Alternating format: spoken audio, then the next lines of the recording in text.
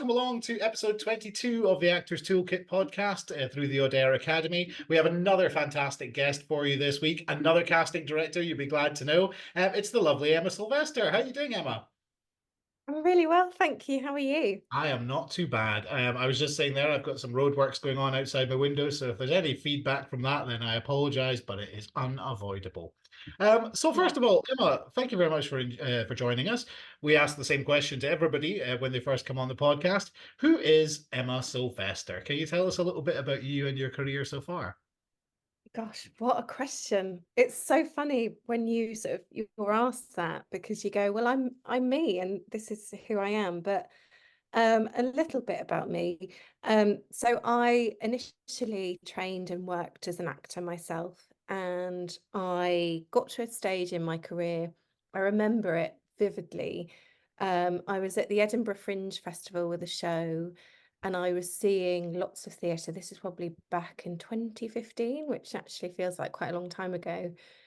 And I was going out to see lots of actors in different shows, and my energy became much more outward, and I was more interested in what other people were doing rather than myself. And actually, something that I noticed, I mean, it was a month at the Edinburgh Fringe and performing every day. And I suddenly thought to myself, actually, I don't think I've got the guts to do this anymore.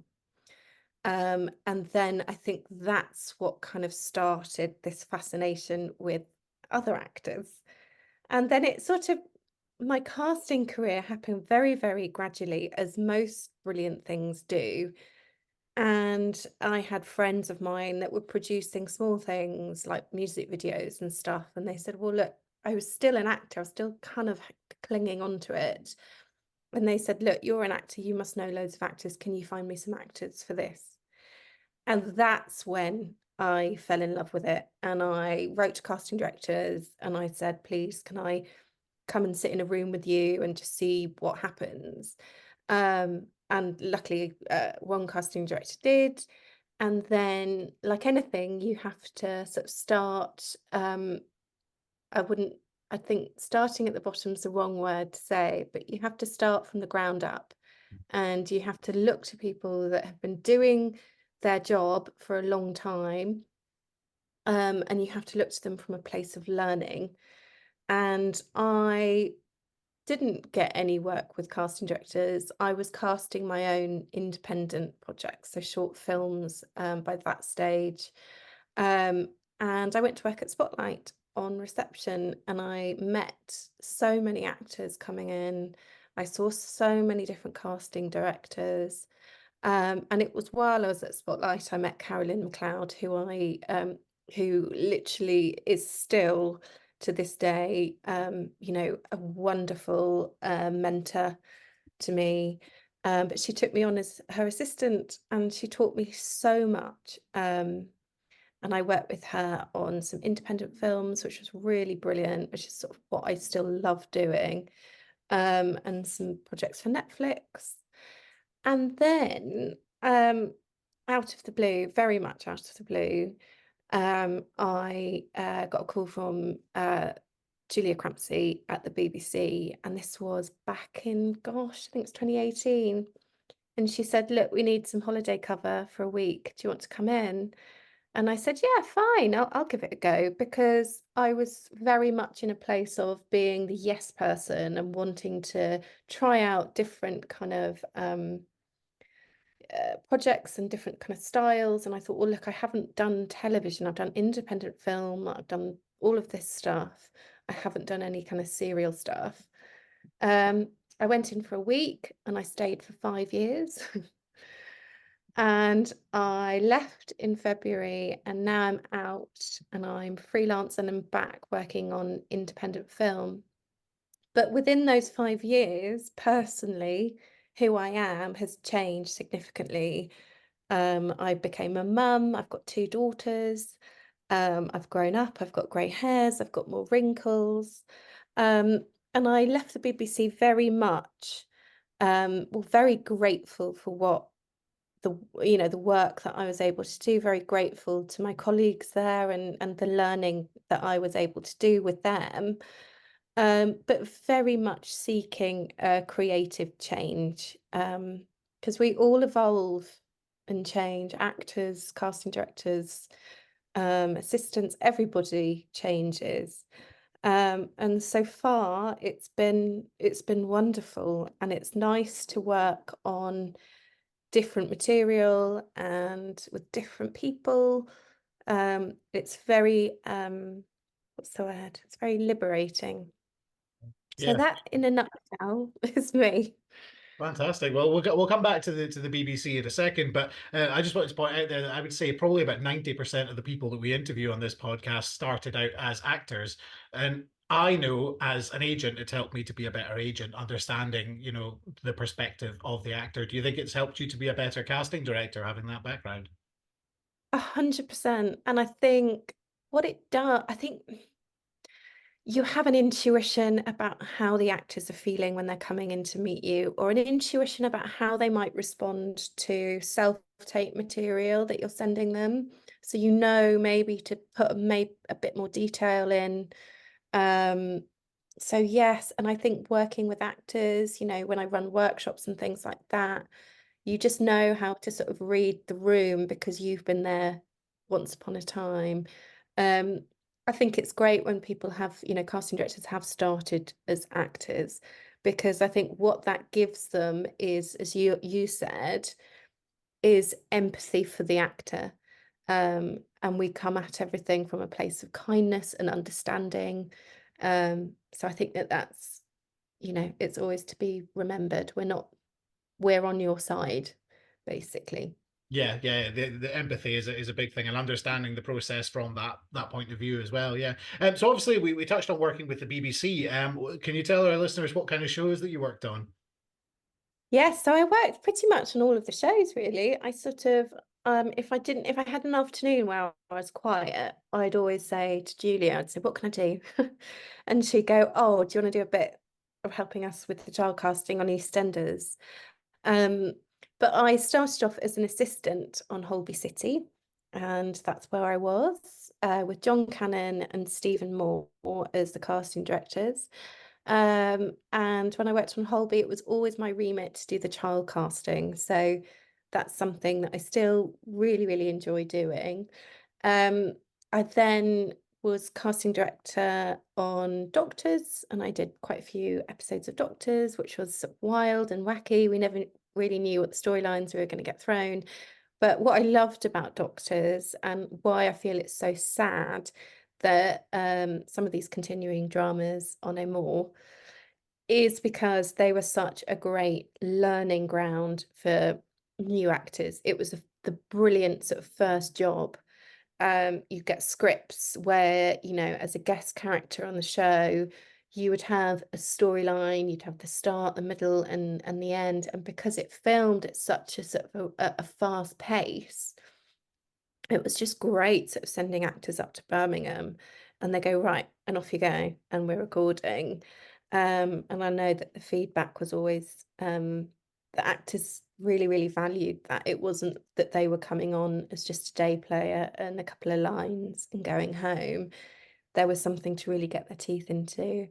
Um, and then what else did I do? Father Brown as an assistant and casting director. What else? I'm just trying to think. Casualty as an assistant and casting director, and yes, the Canterville Ghost. We had our sort of main bread and butter shows that well, what we would say bread and butter shows. And then we did sort of mini series that used to spin off. So there was one called the Canterville Ghost that I really enjoyed working on. Um, Julia and Wayne used to cast Our Girl, and there was I mean, it was a very busy casting office. Yeah, and I take it you love the variety of working on different shows, because obviously you have certain casting directors who end up on the same show for years and years and years, and that's their career. That's what they're known for. So I guess the variety of working on different shows in different capacities really helped you to sort of, I suppose, learn more quickly. Definitely, definitely, and see more actors. I think that was always something that I will always take from that. We were very, focused on seeing new people, seeing graduates, seeing people that have woken up one morning and said, actually, I've decided I want to be an actor. It was just always, it's fascinating. Which of course was Doctors was famous for, and it's so sad that it's no longer with us. But it was famous for giving a lot of actors their first break or their first TV credit. Did you find from a casting capacity that it was a completely different style of casting as compared to the other shows where you were maybe working with more established actors? No, I think the way that we'd cast it would be very similar. I mean, it depends because every block would be headed by one director that kind of dictated how they wanted to approach things, or we'd make suggestions. So obviously it did kind of follow a process like it would do in-house. But very much the same. I mean, pre-pandemic, we used to have a day of casting for doctors, and it was a long day of casting and meeting actors, but they were glorious, and everyone used to hotfoot it up to Elstree on the Thames Link and come in and meet the director and the casting director, and you'd audition. And the audition was always seen as the first rehearsal because there wasn't enough time once you got the job. And when you got up to Birmingham to even really have that chat with the director, it was just like, right, over to you. So that was very much the traditional process. And we'd be in the office late the night before, printing sides and lists and CVs and things for the next day. But then post-pandemic, or once the pandemic hit, things did change significantly, but it still remained the same. It kind of, the first round of auditions, well, it had to during the pandemic, it moved to self-tapes, which I feel it's a blessing and it's a curse. Um, I think it's really hard for actors to kind of gauge or feel that they can trust their own ideas and instincts about scripts. I feel that sometimes they feel on the back foot because if what they do is wrong, they might not get the job. So they just sort of end up coming from a place of neutrality in their performance. But I also think, having been an actor, that self-tapes are very liberating. Um, I trained with my head of acting and at drama school, and I never forget him saying to us, I got married on a Sunday in case the phone rang on a Monday. And I think that that's a really sort of limiting and backward and sad way to sort of live your life. And I think, you don't have to be in London. There's a cost of living crisis going on. Rents are really high. You can move wherever you want to be and still be considered for projects. And then if it does move to a meeting for the second round, brilliant. You can get that train. You can get there. But it also means that you can take the holiday. All of these things that fill you up as a creative person, for everybody, for a human. You can go on the holiday. You can tape while you're next to the pool. I mean, wherever you are, and still be considered for the job. Yeah, And and I think there's been a that lot that of controversy recently about the whole self-taping. With a lot of A-list actors talking out about the negative sides of self-taping. But I listened to an interview yesterday with another casting director, who basically said, well, that's great, but if we move back to the way it used to be, then I'm only seeing 5 or 6 people in an afternoon of casting. Whereas with self-tape, I can see 15, 20, maybe 30, who are then getting the opportunity to be seen. Do you agree with that? I definitely do. And I think it's great because there might be a couple of people that you go, oh, I don't know them. I wonder what they're like. And you can give them that chance. And I like to see, if I just see some, like, I don't know, if I just see a little bit of footage of them and I think, oh, they're really interesting. It's really lovely for me to see that more of their work. Um, so as you say, it's a really good way of seeing and meeting different people. Yeah. Yeah, yeah. Well, you touched on the big P word there, the the pandemic, which obviously we're a couple of years out of that now, but you know, a lot of the processes have stayed the same. What's your opinion on how the industry has changed post pandemic? Are you happy with the changes? Obviously we talked about self taping, but you know, things like you know moving the in the room process to the latter stages of the auditioning process. What's your opinion on the way that the industry's kind of changed? I think it's, I don't know is my answer, but I do feel that it is very isolating still for actors and for everybody. And what I fell in love with, why I fell in love with this job was the meeting people, the getting out, I mean, obviously, I still try and go to the theatre as much as I can, but there's something about running a session that is just so glorious, and I think the actors really appreciate it. It's the chat that you have when you're bringing them into the room. It's those kind of connections that you make instantly. Um, and I do feel, I feel for actors because if they're producing a lot of self-tapes and then they're sending out it all out into this void of silence and not hearing back from anything, I think that must somewhere internally feel really hard. Um, so I don't know is my I know that's not a very good answer, but I think we're all still trying to find our way post-pandemic. I think everyone's sort of trying different things or different approaches and going, okay, well, I'll do some in the room, I'll do some self-tapes. What do you think might work for the director? Um, but equally, I will say that I do feel that the industry is quite quiet at the moment because we've had the pandemic and we've also had the strikes. So something that I encourage all actors to do is if you're sat at home and you're going, oh God, I haven't had an audition for ages, is again, it's just to put your focus outward at the industry at large and go, well, look, what's happening? What's just happened? Okay, well, we've had COVID, we've had strikes, my goodness. So not as much work is being produced as it did pre-pandemic. So I think the pandemic has so much to answer for.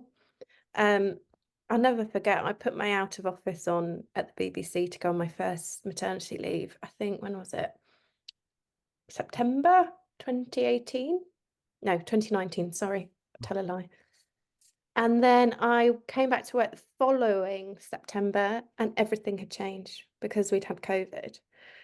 Um, and I think I'm really interested in the actor as a whole.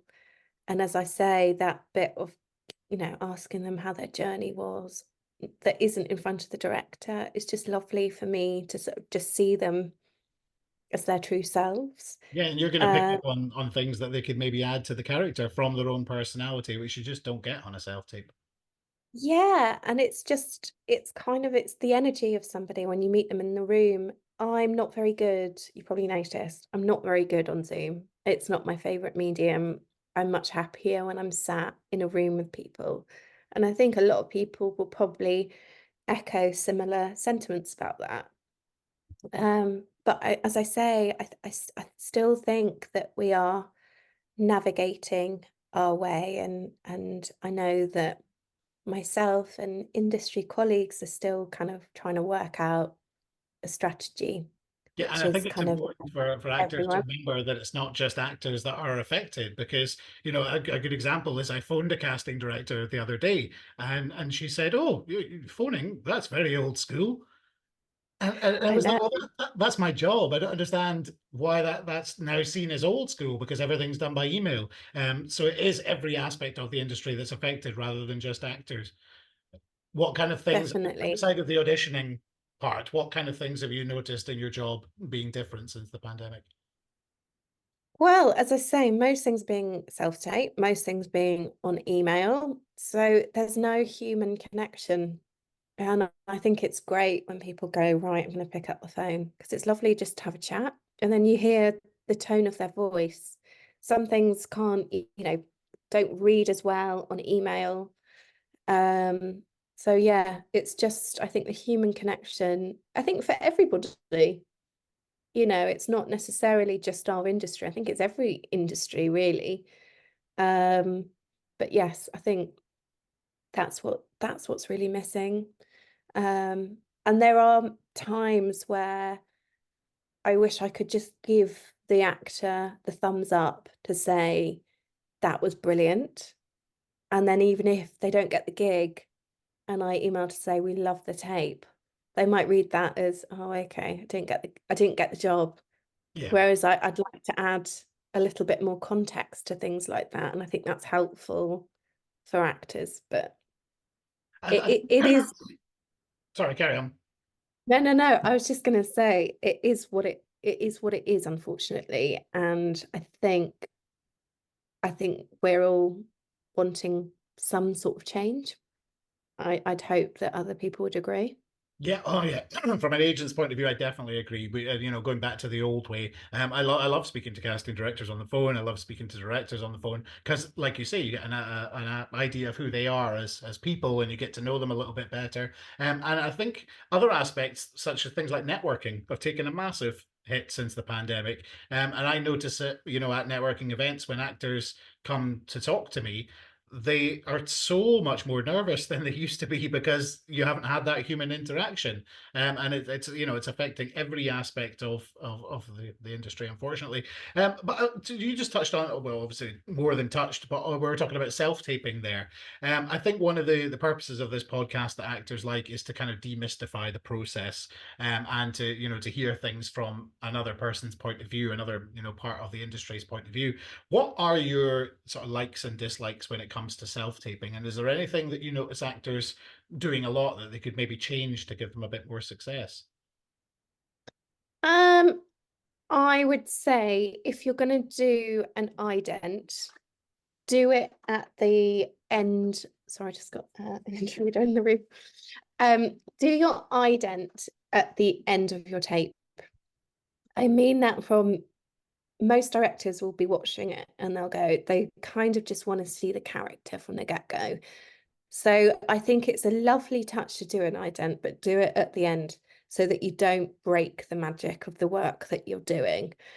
I would say make sure I mean, this isn't a don't, it's just something to consider, but just consider the given circumstances at the top of the scene. By that, I mean, think about the energy that comes. We want to sort of see that life exists before you press record or as you enter. I think it's hard to sort of come from a place where you're kind of quite placid and you just sit down and you press record and then you sort of go into the tape or into your performance. I would say always, or admin kind of stuff, always label your tapes in case people are downloading it and they're downloading a lot of tapes. If you just got a series of numbers and you're trying to find a specific actor, it gets really hard, and it's just a bit chaotic. But I do feel that because we've been doing self-tapes for quite a long time, actors are really, really good at all of that kind of side.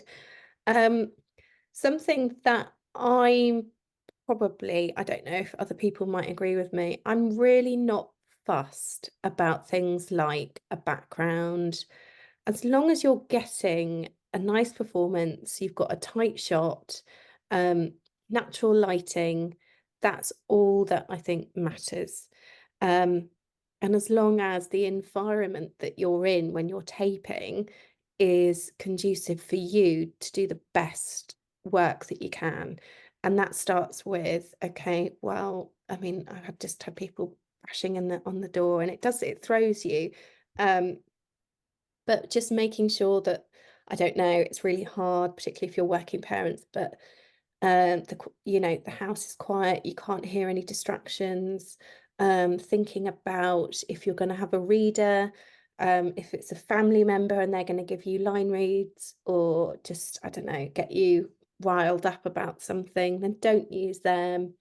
as you said, Jamie, you know, you've got actors that network with each other and they read in. I think that's brilliant. I think it's nice to have a live reader rather than pre-recording the lines, because what I've noticed is when they're pre-recorded, you can just see the actor sort of stalling, and it just feels a bit kind of stop-start, because they're waiting for their line to come in.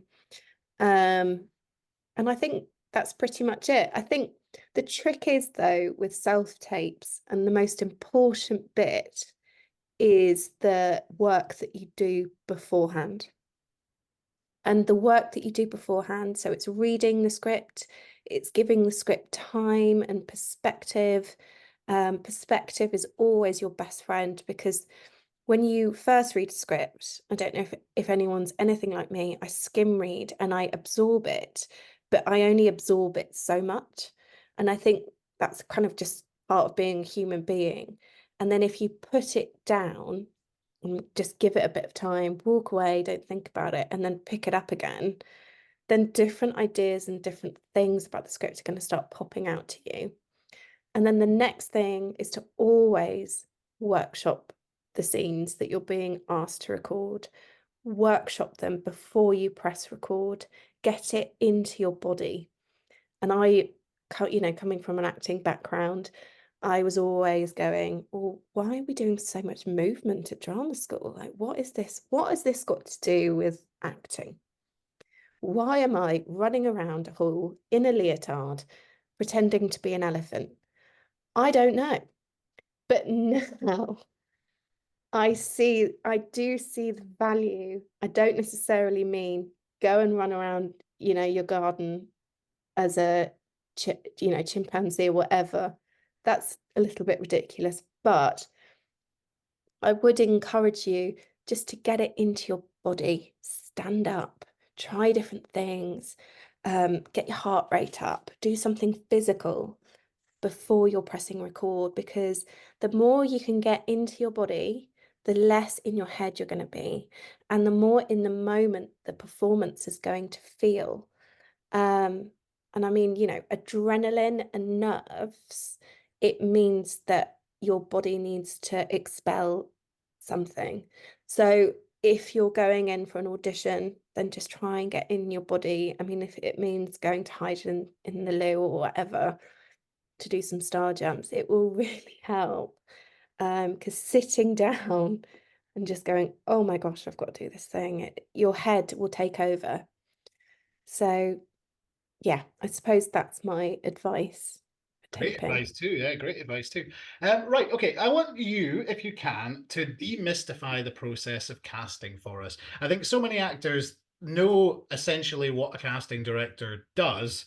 You know, they are the well, not the gatekeepers, but the person who decides whether you get the job or not. But how does it work from a casting director's point of view? So let's say you are sitting at home, and you get an initial email from a producer, let's say for an independent film, saying, look, this is what we're looking to cast. How does the process work from there to the actual shooting? So, yes, so you get the initial contact from a producer, director, and then what you'd probably do is I would Sorry, ask just to for a interrupt. meeting. And that initial contact, does that normally come from someone you know, or is it something that you pitch for, or? Depends. Sometimes you pitch, sometimes people go, actually, can you just do this? We'd really like you to do it. Sometimes it comes from a colleague and they say, look, actually, I don't have capacity to do this. Can you take it on? So again, it's something to really stress, and particularly now that I'm freelance, is what we're doing at this stage is very similar to what actors are doing. So, and we are pitching ourselves for the jobs.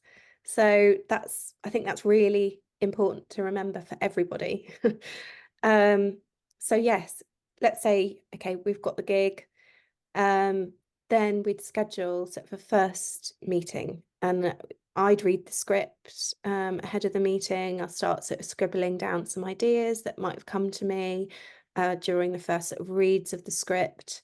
And then I'll have a meeting with the director and the producer. And this is really important for me because it's really nice for me to understand their take on the character, so that at least I can align some of my ideas and my thoughts. And they might discuss, you know, things like aspirational casting or actors that they might have had in mind, um, which is so useful in this sort of creative sort of pot that we're sort of cooking. And then I'll go away, I'll come up with my ideas lists. And then what I tend to do, particularly if it's an ideas list and it's my own ideas and it hasn't come from something like a breakdown, is then I'll do my, you know, availability checks and I see who's doing what, who's around for our dates and things like that. And then it just depends. I mean, from that initial meeting, so much is discussed. So sometimes you want to go out with offers for a role and you'll approach agents with that offer.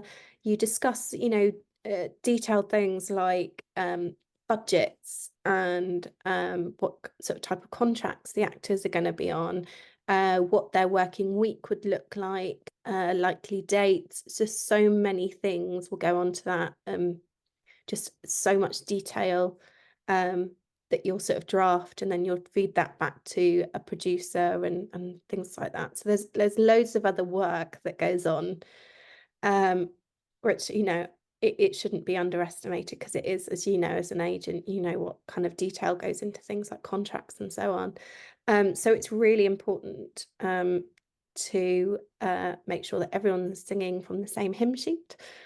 And then just coming back to the ideas and coming at it from an actor's perspective, how I source my actors for things comes from two different avenues, or not separate avenues, but the first is the ideas list. And the ideas list, just for a casting director, and this is why I look to very established casting directors that have been in the industry, and I take my hat off to them. It comes from so many different sort of avenues and facets. So it comes from a show that we've seen at the National Theatre 10 years ago that you might remember certain actors from. It comes from actors that have written to us. So that's something that I'd encourage people to do, and not to feel passive in that sort of process. Right. It comes from things that we've been watching, film, television, short films. So casting directors are always thinking, there's never sort of a dull moment. They're like sponges, and they're just absorbing different things from different places. You know, if you're in a bit of theatre as an actor, write to us, invite us along. If we can get to you, and then we absolutely will. And then we'll keep an eye on, you know, who's sort of coming into the industry. We will be building relationships with agents, and for me in particular, I'm very sort of very passionate about nurturing talent from its grassroots. So I'll establish relationships with theatre schools and groups, and that will go sort of across, for me, it will go across the UK. So yes, back to the ideas list. So all of those things will go onto the ideas list. So when you pick up a script and you chat to the director, and the director says, I see this character as this is how I sort of want them to be played, this is my vision, then you go away and you come up with some options and suggestions. Now, whether or not it's going to be an offer only role is always predetermined. And then if it's an audition role, then for me, for my projects currently, if it's an independent film, then it's most likely the first round audition is going to be a self-tape audition, and I'll have my shortlist of actors taping. And then I will send those tapes, I will send those shortlists to the director. And that's sort of how it kind of works.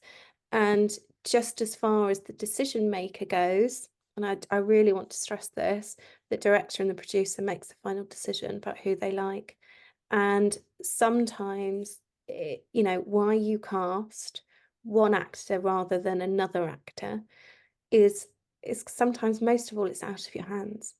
And it can be an energy that one actor has that they think, oh, okay, this really works for us. We really loved what they brought to the role, which is why it's really important to go back and trust your instincts and celebrate the unique wonder that is you, the human being, but is you, the actor, because that's who you're bringing to the work.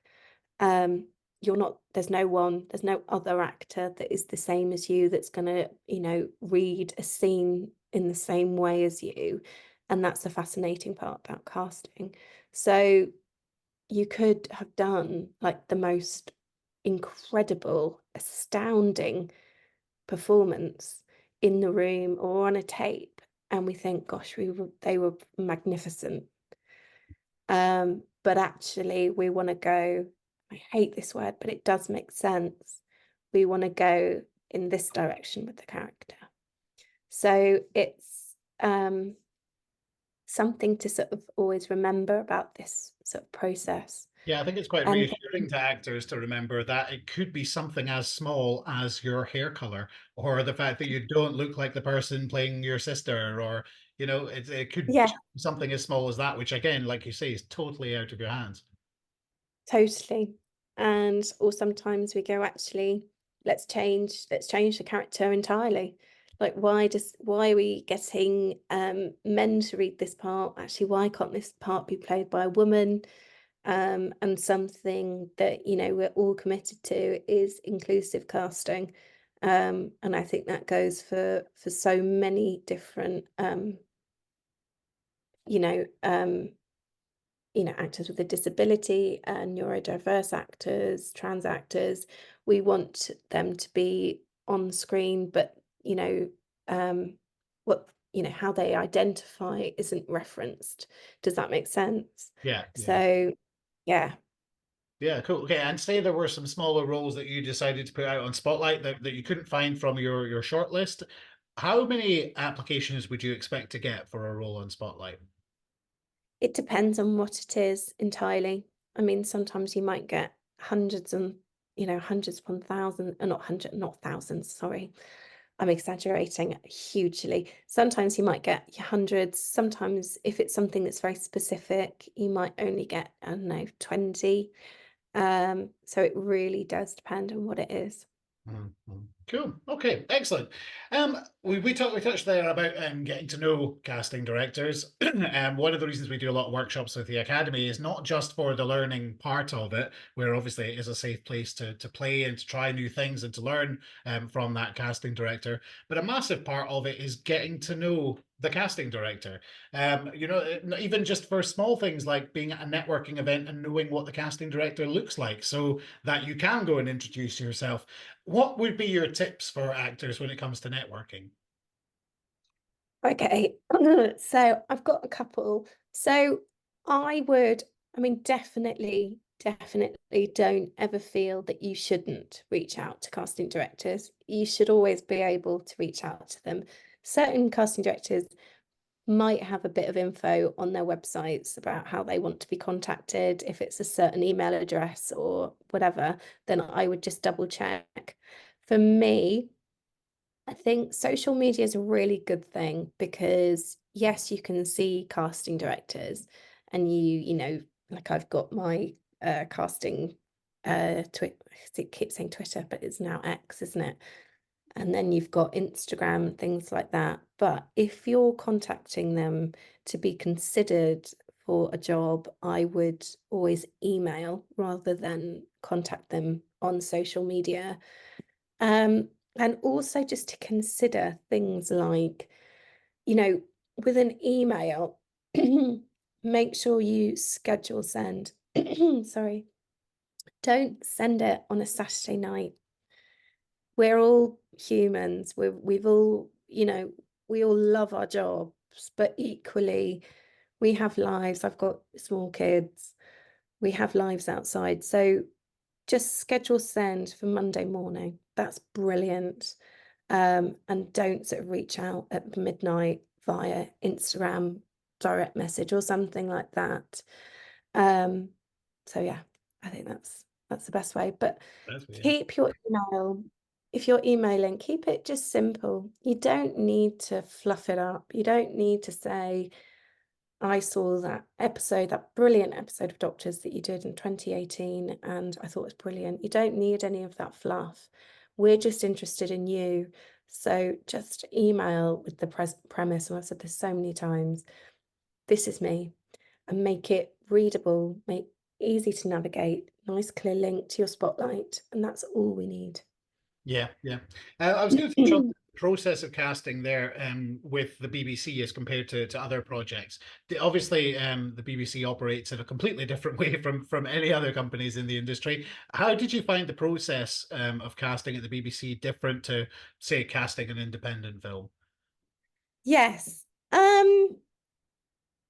It's still very similar, like there's still kind of the bare bones of it are very similar. So you're going back to the ideas list and you're putting a breakdown out on Spotlight and you're self-taping or you're auditioning.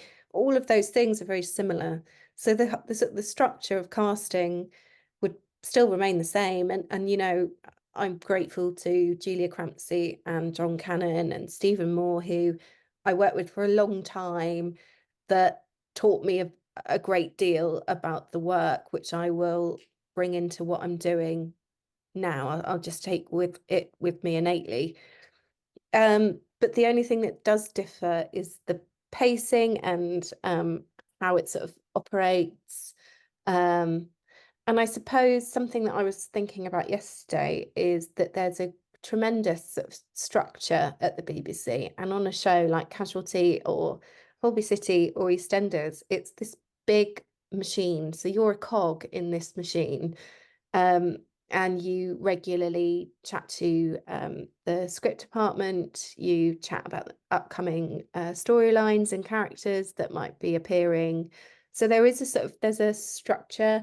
You know that your scripts are going to come in on a Monday, so it gives you the Tuesday to do your ideas list. The breakdown will probably go out on the Wednesday, then you go through submissions, and it definitely had a pacing to it. Whereas independent film is, you know, lovely and liberating and creative and collaborative, but there's not as many cogs in that machine Mm. because budget's different. It's just an entirely different thing.